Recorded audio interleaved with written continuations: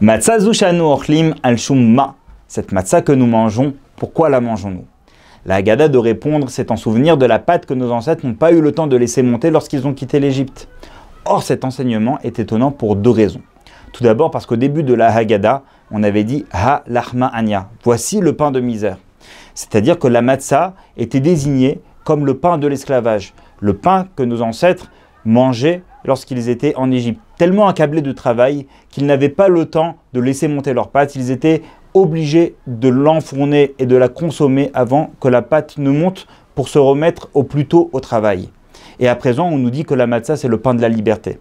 Deuxième question, juste après Halachmania, on nous a enseigné les 4 questions de Manishtana. La première question, c'était pourquoi cette nuit se distingue-t-elle de toutes les autres nuits? Toutes les autres nuits, nous pouvons consommer soit de la matzah, soit du chametz, et cette nuit uniquement de la matzah.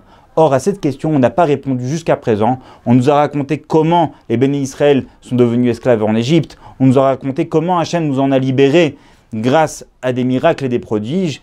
Et ça n'est que maintenant que nous répondons à cette question. Et puis finalement, quelle différence entre la matzah de l'esclavage et la matzah de la liberté? Alors, pour répondre à ces questions, il faut comprendre qu'il y avait 3 types de matzah que nos ancêtres consommaient en Égypte. La première matzah, c'est effectivement la matzah de l'esclavage qu'ils étaient contraints de consommer en Égypte. La deuxième matzah, c'est la matzah de la mitzvah que Hachem nous a ordonné de consommer le soir du Seder, le premier Seder que les bénis Israël ont fait en Égypte, le soir du 15 Nissan.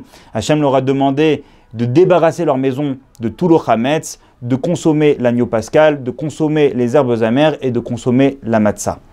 Enfin, la troisième matzah, c'est celle dont on parle à présent, la matzah de la liberté, celle que les enfants d'Israël ont emportée avec eux lorsqu'ils ont quitté l'Égypte.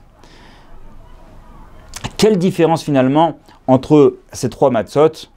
C'est exactement la même recette, de la farine, de l'eau, et on a enfourné, on a cuit la pâte avant qu'elle ne devienne du chametz. Seulement, il faut comprendre un grand secret, c'est que ça n'est pas qu'on est sorti d'Égypte et que maintenant on doit manger la matzah pour se souvenir qu'on était esclave en Égypte. C'est tout l'inverse. Hachem a voulu nous donner une mitzvah extraordinaire, la mitzvah de consommer la matzah.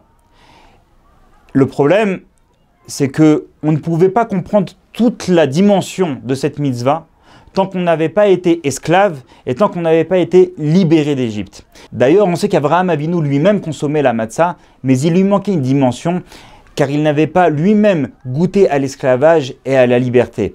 Donc, en fait, Hachem nous a fait rentrer en esclavage et nous a permis de sortir d'Égypte pour nous permettre de comprendre toute la dimension de la mitzvah de la matzah. Pessar Kasher Vesameach.